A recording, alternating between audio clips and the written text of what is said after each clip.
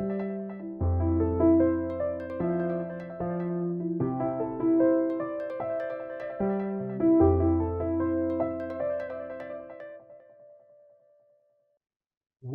to the webinar today. We'd like to welcome everyone to this webinar. I'm Joe Folkman, and I'm excited to be here. And I'm joined by one of our greatest consultants and partners, Paul LeBoffe. Paul, thank you so much for joining us today and sharing your experience with us.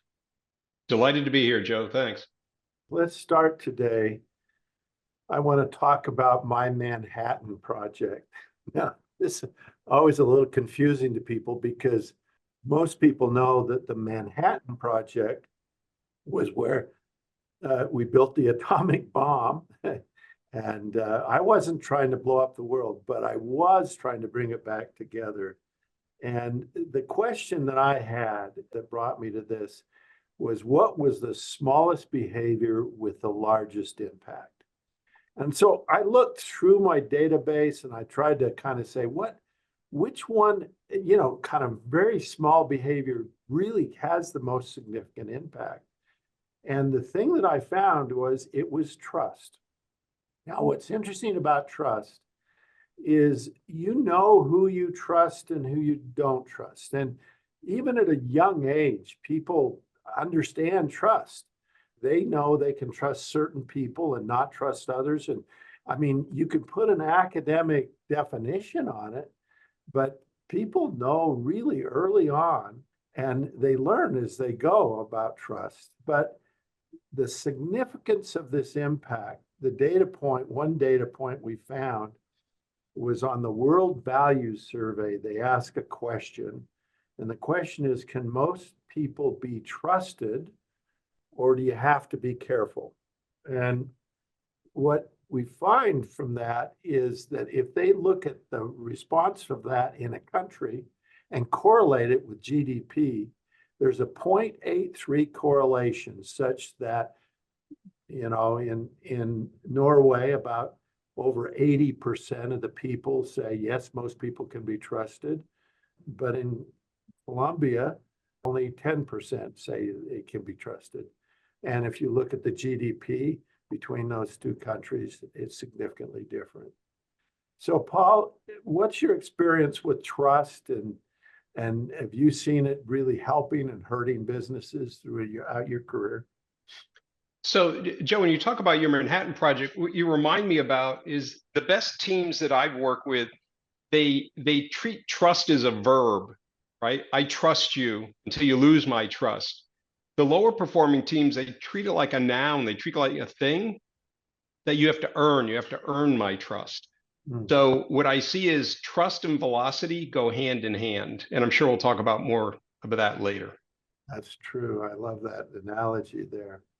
So as you think about trust, there's some research that suggests that it makes life predictable. It creates a sense of community. Do you trust your neighbors? Do they trust you? Do they let you know if something's up your house? Or do you live in a community where, you don't know your neighbors? And that's very different. And it also makes it easier for people to work together.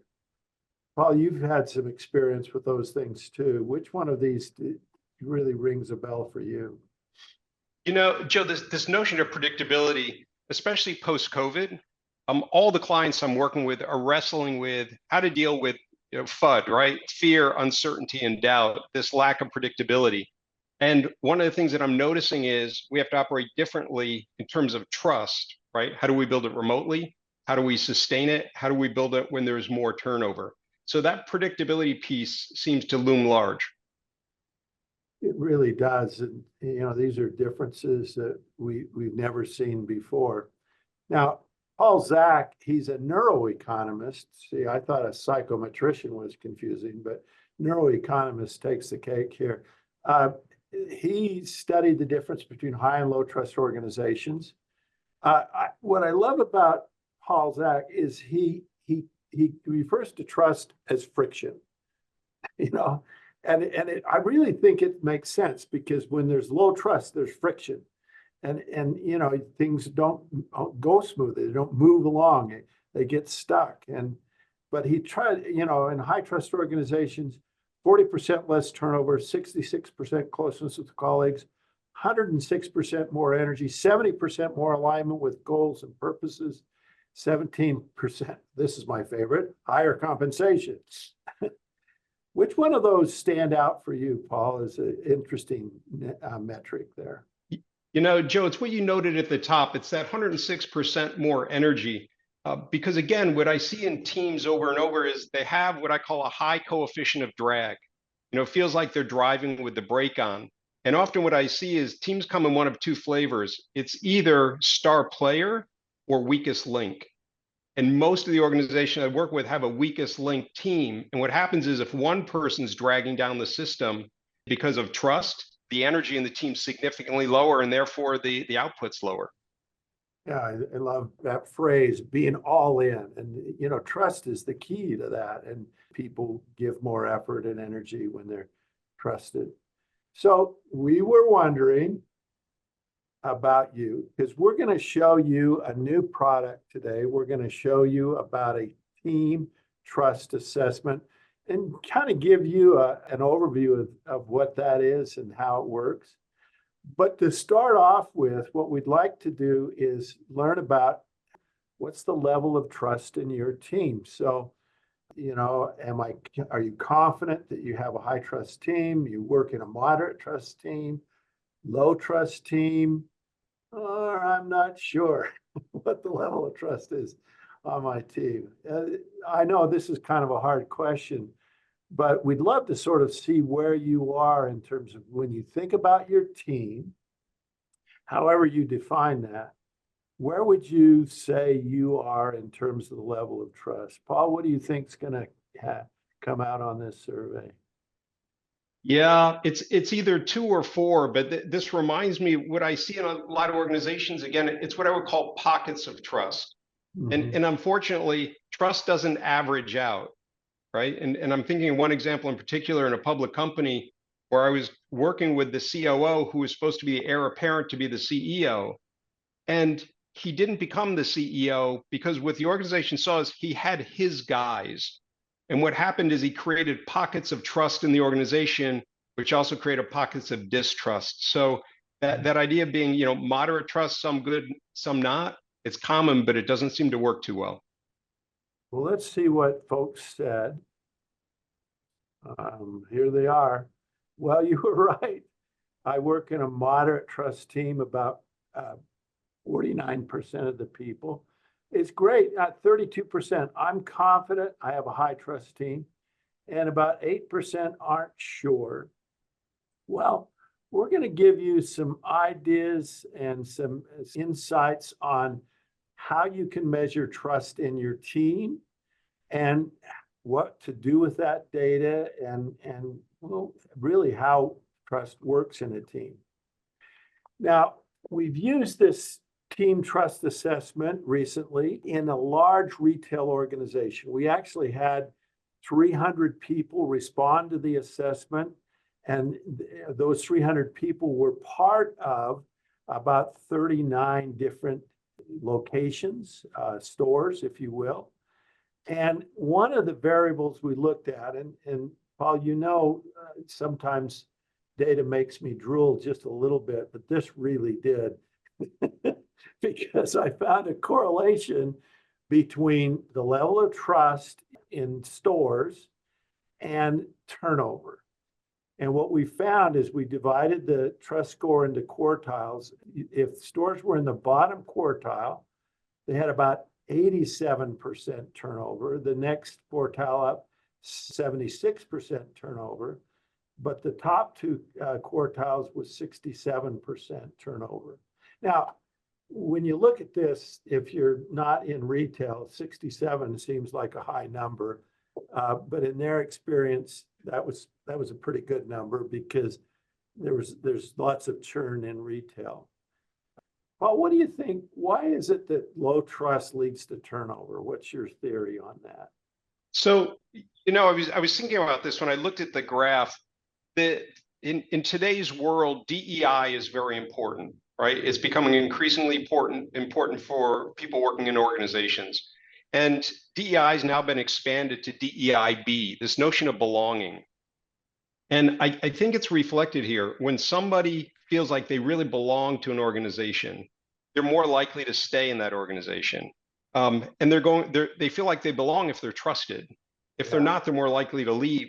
And to me, the cost to organizations is extraordinary because there's not only the retraining and all that, but trust can be really fragile. So as soon as you add one person to a new team, it impacts the chemistry of the entire team, and the trust building process starts over and over. So I understand why people would leave if they don't feel like they belong, but there's a significant trust to the organizations. Yeah, that's that churn that organizations go through. And then the second thing I looked at was engagement. And as you know, we measure engagement with these 5 engagement questions. And, we find that engagement is correlated to lots of outcomes, but it really measures, how much people like working in the organization, their willingness to give more effort, their satisfaction with the organization, confidence that they'll be successful. But the range here, the bottom quartile, 29th percentile, up to the top quartile at the 66th percentile. So engagement was lower.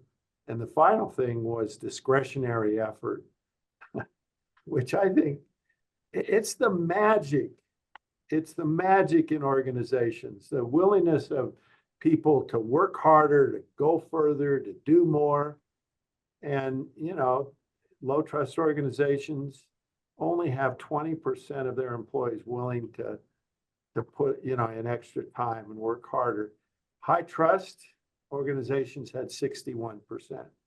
Boy, that makes a difference, and as you think about that, it's like, who can stay late? And in a low trust organization, it's like, okay, we're going to just have to force you to, right? So it really makes a difference. Any reaction on that, Paul? So yeah, and in fact, I'm thinking about an organization, a pharmaceutical company I work with, and in their culture, they were trying to encourage people to speak up. So there's this notion of empowerment, right? And I think empowerment and engagement, discretionary effort are all kind of kissing cousins. So what was interesting is they said, be creative, speak up, try things. And then if it didn't work, they brought in the Spanish Inquisition. And what ended up happening is discretionary effort and engagement tapered off because while they were encouraging people to be creative and to be empowered, they weren't supporting it in their culture. And I agree with you. This is the gold dust in an organization. Can you get people to go above and beyond? The gold dust. I love that. So as you think about how to have a team where there's lots of trust, you hang posters on the walls, only share positive news, never share bad news, encourage executives to smile more. Well, that doesn't work. So what does work? And again, in our experience, there's 3 elements. We found this with the individuals, and it's very similar with the teams, with one slight adjustment. We'll tell you about the slight adjustment in a minute. But the first element that we find that's really critical are relationships. And as we have this team assessment, what we're doing here is showing you the 5 items that we measure relationships with on the assessment. Relationships in a team are so critical. And I guess, if you've ever worked in a team where the relationships are bad, it's terrible. It's like torture. I don't know. Have you ever had that experience, Paul? Yeah, and Joe, the one that jumps off the page at me here is team members get conflict out on the table, because the best teams I work with need this ability to do what I call rupture and repair. If they don't have that ability, it really undermines trust. And I've seen more than one team where somebody does something, and usually unintentionally, they hit a tripwire, and undermines trust, and then it gets very difficult to rebuild it. Yeah, the quotient that many teams measure is what's said after the meeting ends, when people are the meeting ends and then people are like, they're grumbling after because nobody's going to say it in the team. And, it just really hurts things. So Relationships are critical to trust. And if you have bad relationships, you have low trust. The second element that we think is important is expertise. Now, in the team environment, we added execution. So it's about knowledge and having the right knowledge and experience, but it's also about getting things done and making things happen and accomplishing the work that needs to be done. So you've had some experience with these too, Paul. Yeah, probably it's in fact, I think there's a saying, no CEO has ever fired someone too soon. And I can think of two examples right off the top of my head. One was with a legal team where somebody simply wasn't fitting into the team, and it just undermined the morale of the team. And it's not that this person wasn't a good lawyer, they just weren't trusted by their peers. And it really impacted the team. And the leader wouldn't let go of this person because they were a high performer. But the cost of holding on to that person, they almost had other people leave the team. It was that bad. So the next element is consistency, the extent to which team members are aligned their actions and their words with the commitments. Consistency is critical, and inconsistency just destroys trust. We know that. Boy, we've seen that in so many organizations that where they rupture because of inconsistency. Paul, you've seen that probably also. Yeah, in fact, this strikes two things. One is this one is very primal, this consistency notion, because our brains are effectively wired to protect us and to predict the future. And when either one of those things is threatened, it really undermines trust. And I'm thinking of an example here where, in leadership, they say you get what you walk by. And one of the leaders I was working with was doing a town hall, and he just said something that was off color. It just wasn't appropriate for the setting. And to her credit, one of his colleagues talked to him offline and had the courage to confront that, to make sure that he was maintaining the high standards and values of the organization. And that leads to consistency. Oh, it does. It does. And, it's easy for people to get off kilter there. So those are the three trifecta elements of trust in a team. And as you think about these perfect three, now, for those of you that have seen the trifecta of trust at the individual level, you notice here that the numbers are slightly different. We find in the team environment, we have to kind of be a little better, and the low bars are a little lower. But what we find is if relationships are at or above the 75th percentile, expertise and execution at or above the 75th, and consistency, trust is at the 89th percentile. But if you miss on those three, trust is at the 11th percentile. And what's interesting here, and this is kind of one of the differences, in our Zinger-Folkman philosophy, we talk a lot about building strengths. We think that's important. It's important here too, but when we think about taking action, oftentimes when you think about this threesome here, you need all three. You need to really have a high level of trust. Now, you don't have to be at the 90th percentile, but you need all three to be working for you. And there's problems when you only have one. And so as you think about these three elements, there's this interaction effect between the three of them that really make trust work. Paul, do you think that's confusing to folks, or what else would you say? No, so I think what you're touching on, Joe, which I think is spot on.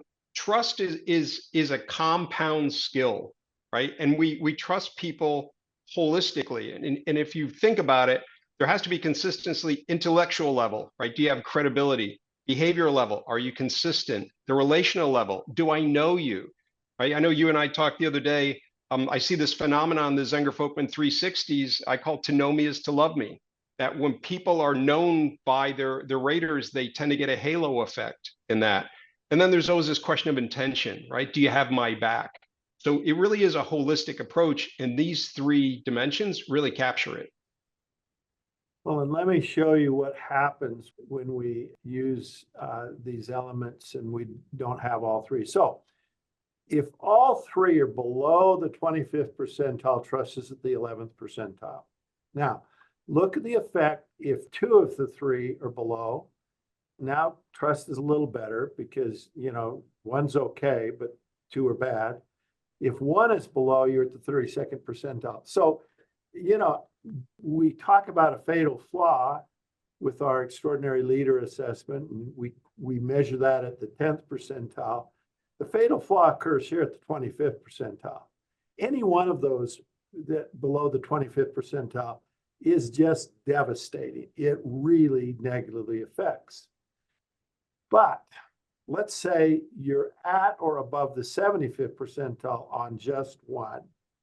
Trust goes to the 65th percentile. Now that's pretty good, but it's not the 90th percentile. So if you're above on two, it goes to the 78th percentile. And if you're above on all three, trust is at the 89th percentile. Now, again, when we say above, we're saying 75th percentile. So you don't have to be perfect at these things, but if you're pretty good on all three of those, as you think about that, and as we think about teams going through this, I guess there's a couple of watch-outs. What's the thing that people need to pay attention to as they look at these results, Paul? So, as I'm looking at the data, I'm actually thinking back to the poll we did at the beginning. And there were some people that said, I know I work in a high trust environment. And what occurred to me is trust is fragile. It's kind of like a success, right? Success is not a destination. It's a lifestyle, like it's ongoing. And I see the same thing with trust is we constantly need to make sure that we're maintaining the level of trust because it's going to be very easy to lose it. What the assessment gives you is a metric to sort of know what's off. So let's just check in. What's your guess in your team? Which of these would have the biggest impact? Which of these do you think your team might need to work on to improve? Is it relationships? Is it expertise and execution, or is it consistency? So what's your guess on which one of these is going to make a difference for your team? Paul, any prediction here? Yeah, well, it's funny. I was going to make a prediction, but this reminds me of an architectural firm that I was working with that at the end of an offsite, the CHRO stood in front of the room and it says, what's one thing you would like from your team? And almost half the team, 16 people there, 8 of them said, trust me. And what occurred to me in that moment was you can't just ask for trust, right? You need to have the building blocks of trust. And these are the 3 building blocks of trust. And I think they're, to your point earlier, they're all important. And at any given time, I think a team needs one or the other. Like it's almost like juggling plates, right? It's not static, it's dynamic. Well, let's see what people said here. And relationships, 39%. There's always something you can do to improve relationships, but boy, look how close these are. Expertise and execution, 30%. If you're not hitting targets, if you're not, it's like, okay, we're in trouble. And then consistency, it's hard. It is hard to be consistent and to have that, going on. All right.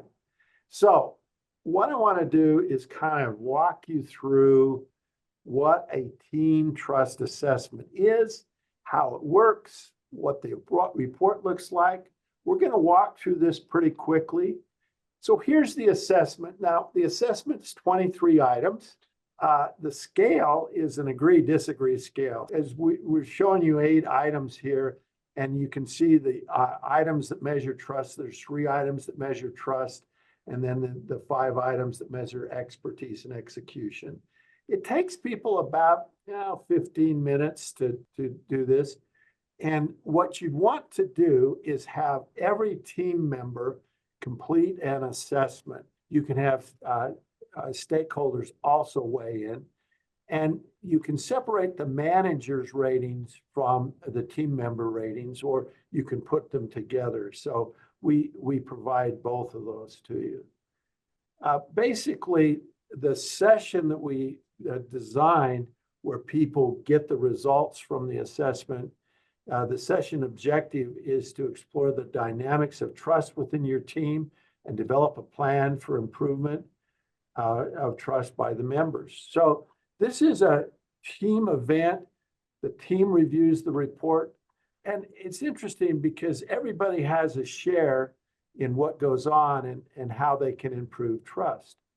The feedback report basically looks like this. Here's the cover of the report. And then we show these 4 elements. We, of course, show the level of trust. You can see in this team, it's fairly high. And it's really bolstered up by the relationships, which is above the 75th percentile, and consistency, which just slightly below the 75th percentile. But the problem area, as you can see here, is around expertise and execution. It's down around the 25th percentile. So that's kind of a problem area. And that's, you can see that the color of the bars really represent the effectiveness of the team members. And so instantly you kind of know how your team is doing. We also show you the highest scored items, and you could read through those. And we have one report that breaks the team members and the team leader out as separate responses. And then we have a second report that puts them together so the team leader's scores aren't revealed there. But you can see the trust and consistency and relationships are all positive here. And then comments. What circumstances or events in the team lead to greater trust among team members? And we then ask people to indicate the importance of the 3 elements. Now, you can vote for one of the 3, okay? So the question is, we ask team members which element, is done effectively by team members, would increase the team's overall level of trust. And the numbers over here show you the number of people that rated relationships number 1. They said that was the most important. 3 of the team members said it was expertise and execution. And then consistency, 2 of them. Now, this graph over here represents the effectiveness score. So as you know, the effectiveness on relationships was above the 75th percentile, on consistently just slightly below it, but the execution was low. And so that's probably where this team's going to focus on. You can see that most negative items were around expertise and execution. And again, here's the detractors to trust, the comments, and then we give the details from every item in the survey. So that's basically what the survey looks like. As a team would get a survey, the idea would be to identify one of the issues to work on, and then develop a plan for improving. You know, this is always a helpful thing to do. And I have to say, we've done this at Zinger Folkman in our leadership management team. The first time was kind of surprising. It wasn't all great news, but the second time showed great improvement. So I'm excited about that. Now, Paul, as you know, one of the things we do is we have this idea of strength builders. Again, the idea of improvement here, there's a team development goal where a team's going to work on a specific thing as a team. But also what we encourage people to do is have each team member to work on one thing. And again, it's the strength builders that help you do that. As you think about these strength builders for improving relationships, which is an easy thing to do, you can, well, I'll just be nicer. What these give you is some really good insights on some specific actions teams can take to improve relationships with each other. All are things that specific actions you can take to improve relationships. Paul, you've used this research a lot. What are some of the insights you've got out of strength builders and how they work? So one of the things I like about what you just said a moment ago, Joe, is this idea of having the team goal, because to me, one of the fastest ways I've seen teams build trust is to turn the guns outside the boat, right? This idea of give them a goal to focus on. And it's remarkable how a team will come together when they have a shared or common goal to go after. And in order to become more effective in that, to me, the holy grail here is around feedback. It's the most effective way I've seen teams get better. And in fact, the best teams I've worked with, what they do is they agree on a feedback method that works for them and a feedback approach. And then they hold each other accountable to using it. And once you build that muscle, it just becomes the way we do work. And those are the teams that I find grow the fastest. You know, only a few people said that they don't know the level of trust in their team, but I would say that 99% of us will be surprised. It's either better than we thought, or it's not as good as we think it is, you know. And this is a way to really get a really good measure and a sense about how you're doing in trust in a team. And of course, along with the strength builders, there's a development guide. We go through each one of the trifecta elements. We give specific suggestions for improvement where individuals and teams can create that development plan.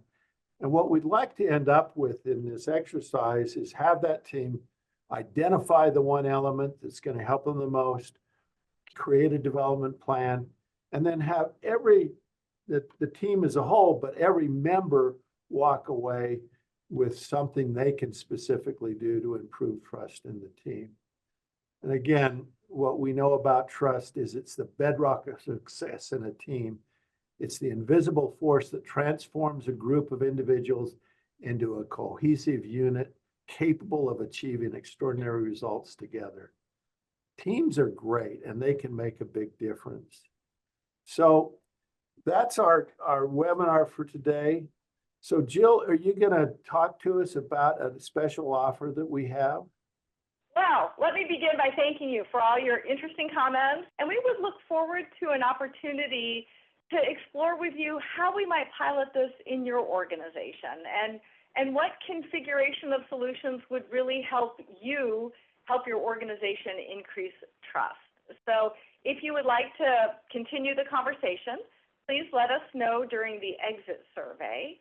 And during the exit survey, if you complete that, and Joe, if you go on to the next slide, and please look in your chat for the link to the survey, we will be giving away 5 copies of Joe's book, The Trifecta of Trust. So we very much look forward to your feedback, to following up with you if you would like to continue talking about trust and building it in your organization. And we hope you win a book. So thank you very much for your time and your participation today. And Paul and Joe, thank you for sharing such great insights.